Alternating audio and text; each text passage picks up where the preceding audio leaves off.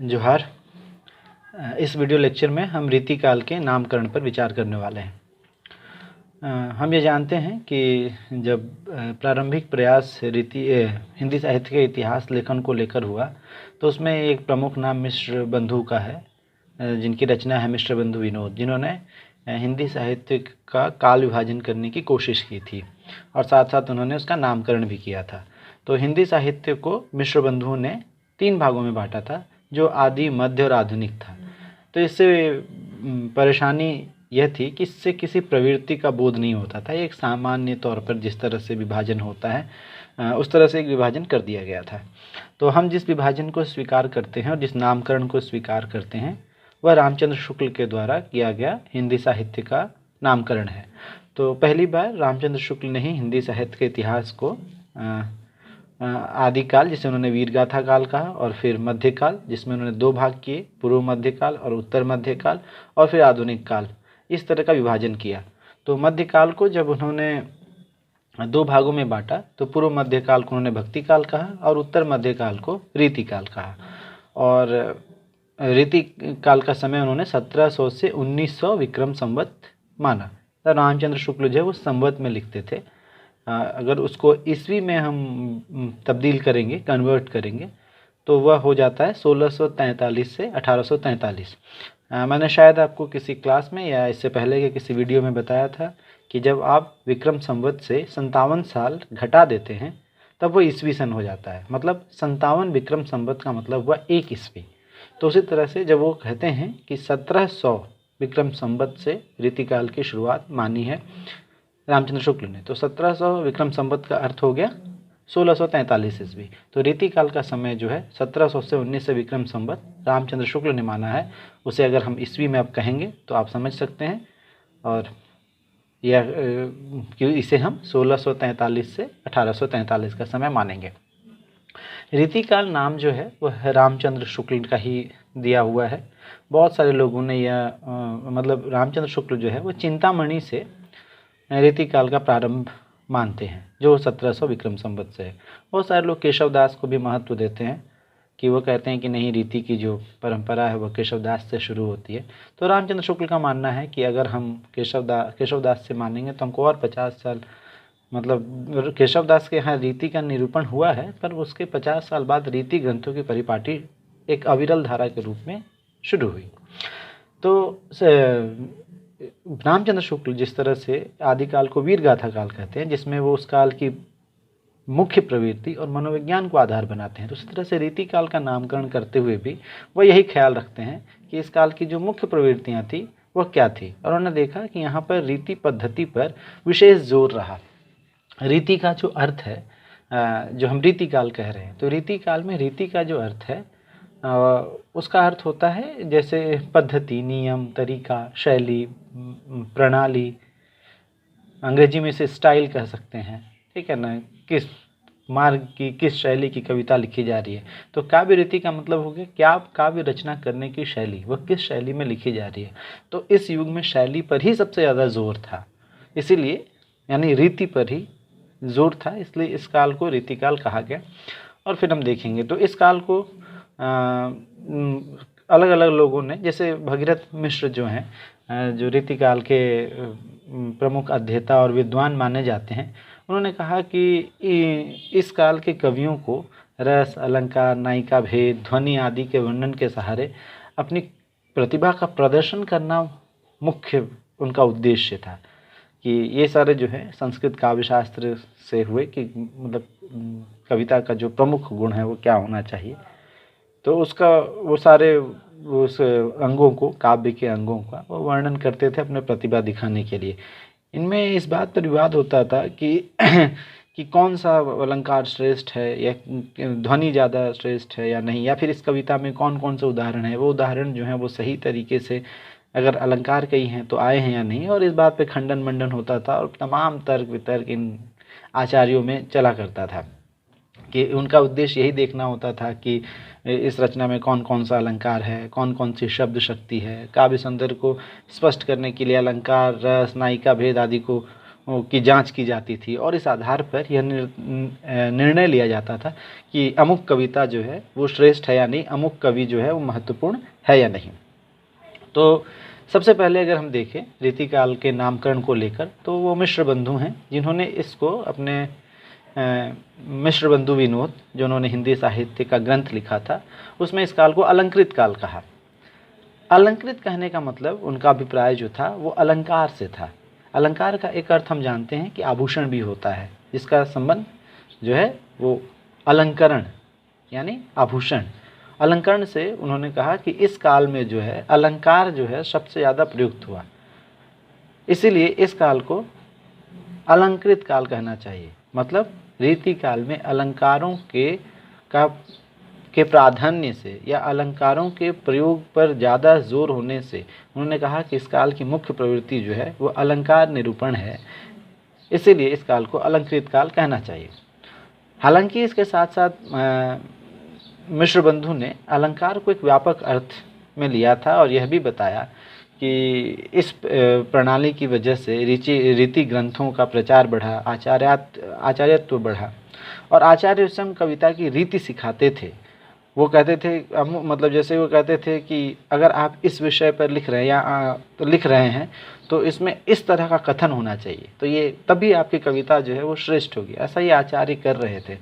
तो एक अलंकार को वो व्यापक अर्थ में ले रहे थे, पर अलंकार को ही मिश्र बंधुओं ने सबसे प्रमुख माना। तो इससे क्या हुआ कि बाकी जो काव्यांग थे, काव्य के अंग थे, ध्वनि, रस, वक्रोक्ति, इस तरह के जो काव्य के अंग थे उनका एक तरह से उनकी उपेक्षा हुई और ये नहीं माना जा सकता था कि अलंकार ही जो है सबसे प्रमुख है। और अलंकृत काल कहने से इस काल की, जिसको रामचंद्र शुक्ल ने रीति काल कहा, उसकी जो प्रमुख प्रवृत्ति थी उसका बोध अलंकृत काल कहने से नहीं हो पा रहा था। अलंकार से यह भी स्पष्ट नहीं था कि जब आप अलंकृत काल कह रहे हैं या अलंकारों को प्रमुखता दे रहे हैं तो उससे यह भी स्पष्ट नहीं था कि ऐसी कविता कौन सी कविता श्रेष्ठ होगी। ऐसी कविता जिसमें अलंकारों की प्रधानता हो, यानी अलंकारों का खूब प्रयोग किया गया हो, या अलंकरण पर अधिक बल दिया गया हो, या मतलब उसमें अलंकार निरूपण की कोशिश की गई हो। मतलब कोई कविता जिसमें पहले से ही अलंकारों का प्रयोग है वह श्रेष्ठ है, या ऐसी कविता जिसमें यह बताया गया है या जिसमें जोर दिया गया है, जिसमें सप्रयास एक कोशिश की गई है कि इसमें खूब सारे अलंकार हों, तो ऐसी कविता को श्रेष्ठ मानेंगे। तो ये इस वजह से अलंकृत काल कहने से यह जो है रीति काल की जो या इस काल की जो थी समूची प्रवृत्ति जो थी उसका समुचित प्रतिनिधित्व नहीं कर पाता है यह नाम, इसलिए हम इसे अलंकृत काल के रूप में स्वीकार नहीं करते। आज हम रीति काल को अलंकृत काल नहीं कहते। दूसरे आचार्य थे विश्वनाथ प्रसाद मिश्र। ये भी रीति काल के बहुत बड़े विद्वान माने जाते हैं। इनका खूब अध्ययन है, इनकी किताब है हिंदी साहित्य का अतीत, जिसमें एक भाग भक्ति काल पर है, दूसरा रीति काल पर है। और रीति काल के कवियों का इन्होंने विशद विश्लेषण किया है, विवेचन किया है। इन्होंने कहा कि ये काल जो है श्रृंगार काल है।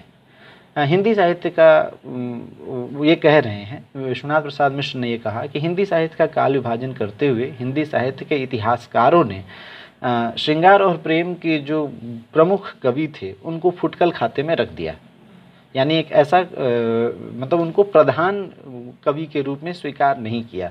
और ये सारे कवि जो थे, जैसे आलम, बोधा, ठाकुर, इसको रीतिकाल का विश्लेषण करते हुए, अध्ययन करते हुए इतिहासकारों ने फुटकल खाते में रख दिया।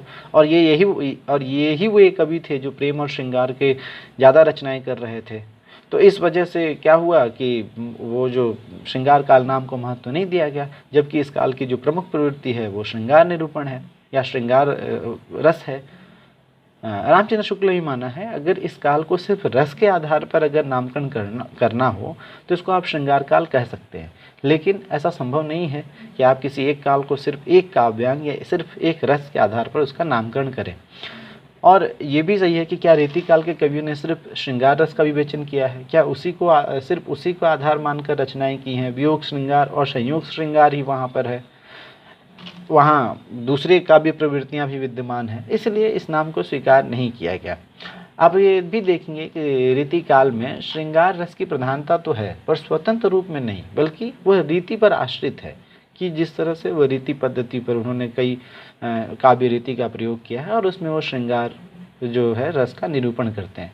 और अगर हम ऐसा कहते हैं तो भूषण जैसे जो वीर रस के रीतिबद्ध जो कवि हैं, या भक्ति की जो या नीति की जो कविताएं लिखी गई इस काल में, वो सब छूट जाती है। इसलिए हम इस काल को श्रृंगार काल नहीं कह सकते, ऐसा विद्वानों का मत है। फिर उसके बाद एक और आचार्य हुए, एक विद्वान हुए रमाशंकर शुक्ल रसाल, जिन्होंने इस काल को कला काल नाम दिया। उन्होंने कहा कि इस काल में शुद्ध कविता लिखी गई, मतलब कि इस काल में जो कविताएं लिखी गई उसमें सिर्फ कला पक्ष पर जोर था। हम जानते हैं कि कविता के और काव्य के या कविता के दो पक्ष होते हैं, एक होता है भाव पक्ष और एक होता है कला पक्ष। भाव पक्ष वो है जिसमें हम कविता में जो कथ्य है, जो कविता में कहा गया है, वो भाव है। मतलब अगर किसी दुख का चित्रण हो रहा है, किसी के कष्ट का चित्रण हो रहा है, किसी खुशी का चित्रण हो रहा है, तो वह भाव है। और जिस तरह से वो चित्रण हो रहा है वो कला पक्ष है। तो उन्होंने कहा कि इस काल की कविताओं में सामाजिकता का पूर्ण रूप से निषेध है, सामाजिकता बिल्कुल नहीं है। तो इसीलिए पूरा ध्यान जो कवि का है वो कला पक्ष की तरफ है कि कविता को कैसे बिल्कुल श्रेष्ठ तरीके से प्रस्तुत किया जा सके, उसकी प्रस्तुति दी जा सके। तो इस वजह से उन्होंने कहा कि इस काल को कला काल ही मानना चाहिए, कि इस काल में काव्य की कला का जो पक्ष है वो उत्कर्ष पर पहुँच जाता है, ऐसा रमाशंकर शुक्ल रसाल का मानना है। पर हम जानते हैं कि कविता के मैंने बताया कि दो पक्ष होते हैं, और इस तरह से भाव पक्ष की पूरी तरह से उपेक्षा भी नहीं की जा सकती, और ऐसा भी नहीं है कि रीतिकाल के सारे कवियों ने भाव पक्ष की पूर्णतः उपेक्षा कर दी। अगर आप ऐसा करेंगे तो ये रीति मुक्त कवि, जिसके बारे में विश्वनाथ प्रसाद मिश्र ने कहा कि इतिहासकारों ने उनको फुटकल खाते में रख दिया, डाल दिया, यही काम रमाशंकर शुक्ल रसाल भी कर रहे हैं कि वो रीति मुक्त कवियों को बिल्कुल इस अपने नामकरण से बिल्कुल रीतिकाल से बाहर कर दे रहे हैं। तो इसी वजह से ये नाम भी जो है वो कला काल जो है स्वीकार नहीं हो पाया। इसमें भी भक्ति और नीति के जो दोहे लिखे गए, जो रीति मुक्त कवि थे, उनका प्रतिनिधित्व नहीं हो पाता। तो अगर आप इस काल को सिर्फ कला काल कहेंगे तो रीति काल की जो संपूर्ण प्रवृत्ति है, उनकी रचनाओं की जो प्रवृत्ति है, वो उसका प्रतिनिधित्व नहीं हो पाता। इस वजह से इस काल को हम कला काल भी नहीं कहते। अंततः रामचंद्र शुक्ल के जो नामकरण है रीति काल, जो उन्होंने उत्तर मध्य काल कहा, और उत्तर मध्य काल को उन्होंने रीति काल कहा, उसको हम स्वीकार करते हैं। तो रामचंद्र शुक्ल जो है हमेशा जो है इस बात पर ध्यान देते थे कि उस काल में सबसे ज़्यादा किस प्रवृत्ति पर जोर है, उस काल में सबसे ज़्यादा किस तरह के ग्रंथों की प्रचुरता है। तो उन्होंने ये देखा कि रीति काल में रीति ग्रंथों की प्रचुरता है, मतलब बहुत बड़े परिमाण पर रीति ग्रंथ मिले। जिस तरह से उन्होंने वीर गाथा काल में ये देखा था, भक्ति काल में देखा था कि भक्ति जो है सबसे बड़ी प्रवृत्ति है, तो उसको भक्ति काल कहा। यहाँ देखा कि यहाँ जो सबसे बड़ी प्रवृत्ति दिखाई पड़ रही है वो रीति की प्रवृत्ति दिखाई पड़ रही है। वो लक्षण ग्रंथों लिखने की और उसकी व्याख्या करने की, उदाहरण देने की, काव्यांग निरूपण की, काव्य के अंगों की निरूपण कविता में की जा रही है। तो ये सारी प्रवृत्तियाँ उनको यहाँ दिखाई पड़ती हैं। वो मानते थे, लेकिन यहाँ पर ध्यान रखना है कि संस्कृत की तरह हिंदी में रीति का अर्थ जो है वो विशिष्ट पद रचना नहीं है। जिस तरह से संस्कृत साहित्य के अंतर्गत रीति एक अलग संप्रदाय है, और जहाँ माना जाता है कि रीति जो है वो एक विशिष्ट तरह के पद रचना के तरीके को की जो शैली है वो रीति है, और वो उसका प्रयोग जहाँ होता है वही श्रेष्ठ कविता है। यहाँ पर यहाँ जो रीति ग्रंथ जो उपलब्ध हुए रीति काल के अंतर्गत या उपलब्ध हैं, उन रीति ग्रंथों में प्रयुक्त जो रीति शब्द है उसका अर्थ जो है उसका अर्थ काव्य शास्त्र से समझना चाहिए। मतलब सभी काव्य सिद्धांतों के आधार पर काव्यांगों के लक्षण सहित या उनके आधार पर लिखे गए उदाहरणों के आधार पर लिखे गए उदाहरण ग्रंथों को रीति ग्रंथ कहा जाता है। मतलब कि ये जो रीति है ये काव्य शास्त्र है, और काव्य शास्त्र का मतलब है कि वहाँ पर कई तरह के मतलब काव्य शास्त्र के अंतर्गत काव्य रीति है, अलंकार हैं, वक्रोक्ति है, रस है, नायिका भेद है, ध्वनि है, काव्य हेतु है, काव्य प्रयोजन है। तो इन सारे चीज़ों पर, इन सारे अंगों पर रीति काल के अंतर्गत कविताएं लिखी गई है, और ये बताने की कोशिश की गई है कि ये कौन सा श्रेष्ठ है, या फिर काव्य रीति क्या है, या काव्य प्रयोजन क्या है।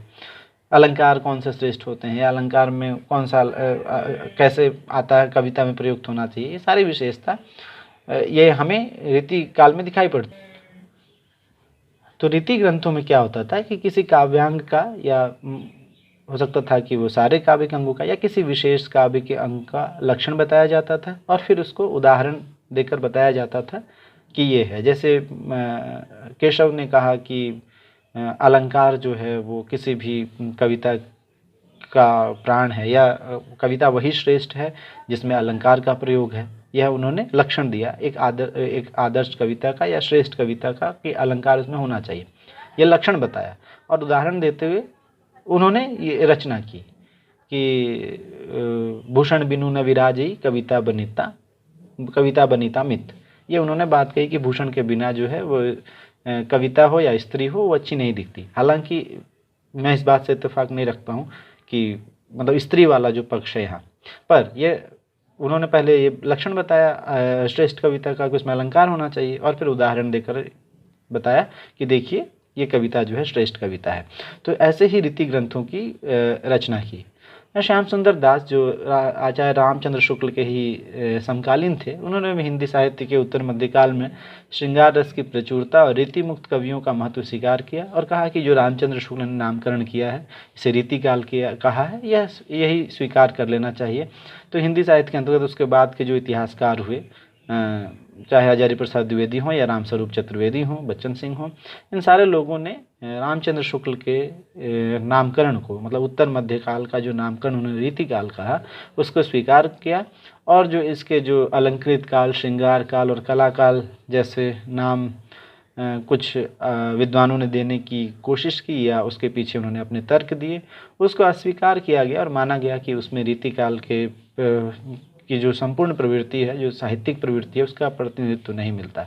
तो इसलिए हम साहित्य के उत्तर मध्यकाल, हिंदी साहित्य के उत्तर मध्यकाल जो 1700 से 1900 विक्रम संवत अर्थात 1643 से 1843 के बीच में रचित है, उस काल को रीति काल कहते हैं। धन्यवाद।